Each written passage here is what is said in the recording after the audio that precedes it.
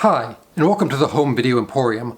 I'm your host, my name is Brendan, and with the series what I hope to accomplish is to catalog my entire collection of home videos and determine which of these movies still belongs amongst my elite and esteemed collection and needs to be preserved for generations to come, and which of these titles unfortunately needs to hit the trail and be purged and make way for future movies, as there's only so much shelf space in my apartment and I'm desperately running out of room, and would still like to add a few more titles along there.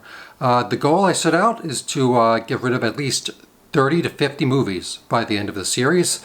We haven't made nothing has really stood out so far as a immediate purge worthy, but we're gonna keep continuing.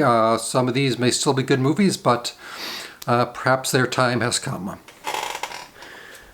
Today's video, we are discussing Luc Besson's 1994 hit, Leon the Professional. I first saw this movie, just the US professional version of it. I had a friend who had the premium cable channels, HBO and Showtime, and the movie showed on one of them. And he just taped off VHS and we watched it together. It was around the same time as that The Fifth Element came out, because at least that's how I remember it. I remember watching those two movies pretty close to each other, and it was actually my friend who pointed out that oh yeah, that's the same actor who played the crazy cop. He's also the bad guy in Fifth Element, and that really that really shocked me. And you know, obviously we would go on to see some of Oldman's other movies from then. And the DVD here, I have the Columbia dual disc DVD, one with the movie, one with the special features. I got the DVD, I can't remember exactly when, 2004, 2005, 2006, around there somewhere.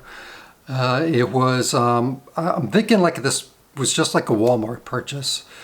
This was obviously, I had only seen The Professional. This was the international version I had heard so much about.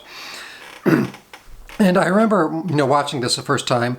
Obviously I had not seen, I honestly can't, off the top of my head, I can't think if I saw Gary Oldman already, but definitely had not seen Natalie Portman. This was her first movie. Had not seen Jean Reno.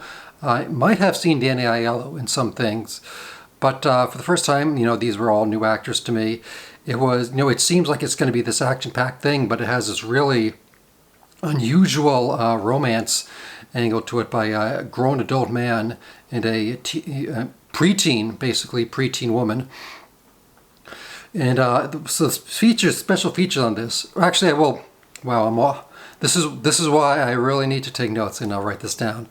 So the first time I watched the DVD here, it was pretty obvious that this not only was just a different name, it was a different version. There were a lot of scenes in this that did not make The Professional. Some are more the sexual nature. There's a scene where they go out, Leon and Matilda go out to a restaurant together, and Matilda gets drunk. I don't know what restaurant in New York is going to let a young girl get drunk. And there's another scene where Leon is having Matilda like practice killing some guy. So there's definitely a lot more new scenes, and a lot of them, I guess, they originally showed to the US and they just found them very problematic, and so they cut it down and re-released it as The Professional. The special feature on here, you get a 10-year retrospective with you get Jean Reno, Natalie Portman, a few of the actors. Oldman is not part of this, as well as various members of the cast and crew. Pretty much every interview is outside, and everyone is standing in front of like a national monument. They're standing in front of the Eiffel Tower, the Statue of Liberty, Central Park, the Capitol Records building, the Hollywood sign. So they really want these scenic things as they're talking about it. You have the casting director talking about how, you know, finding Matilda, it was probably going to be the main difficulty in the movie, because if you didn't get the right actress, it may not work. It may come across too comedic or too sleazy. But he was originally getting Besson young women who were like 15 to 17 years old. And I believe the quote that Besson said was, "These women, they already know sex. I want a woman who does not know but thinks she knows." So, I mean, a little inappropriate there. But they talk about the hiring process for Natalie Portman. They show a lot of the behind-the-scenes stuff, how they really did blow up a building in Spanish Harlem. You also get profile pics of both Jean Reno and Natalie Portman. Reno, who's actually from Casablanca.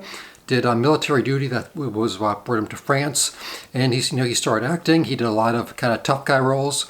And with The Professional, because of the relationship with Matilda, a much younger woman, he talks about how he played the character as slightly slow, just so that it would you wouldn't be suspicious of him, that he would take advantage of this young woman.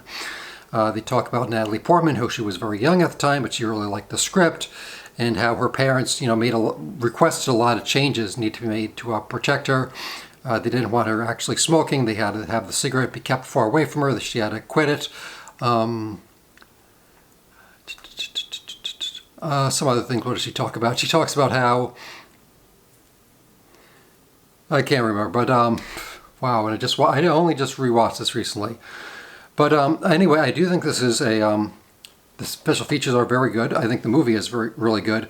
It's definitely a worth see if you like action movies, if you like personal dramas, if you like over-the-top villains. This is definitely a movie for you. Villains who like Mozart, and they even go on to play Beethoven. So it's definitely got a little bit for everyone. The special features are good. So yeah, right now this is more than likely a keeper. It's definitely going to be preserved. So let me know what you think. What do you think of Luc Besson? Is he, he's very hit or miss. I'm not going to lie. A lot of the stuff he did. Oh, Portman also talks about at the end. But she really liked working with Besson. Like, oh, I'll do anything for him. I'll do anything to work together. And they've never collaborated again. Where Besson is always putting all these women in his movies to get the lead roles. They just Besson and Natalie Portman. They never worked together again. So. Let me know what you think of this movie, or what you think of Luc Besson, Jean Reno, Oldman, Natalie Portman. Is this movie as good as I think it is? Does it still hold up all these years later? And that'll wrap us up. So till next time, be kind and rewind to each other. And it's not a true home without home video. Good night.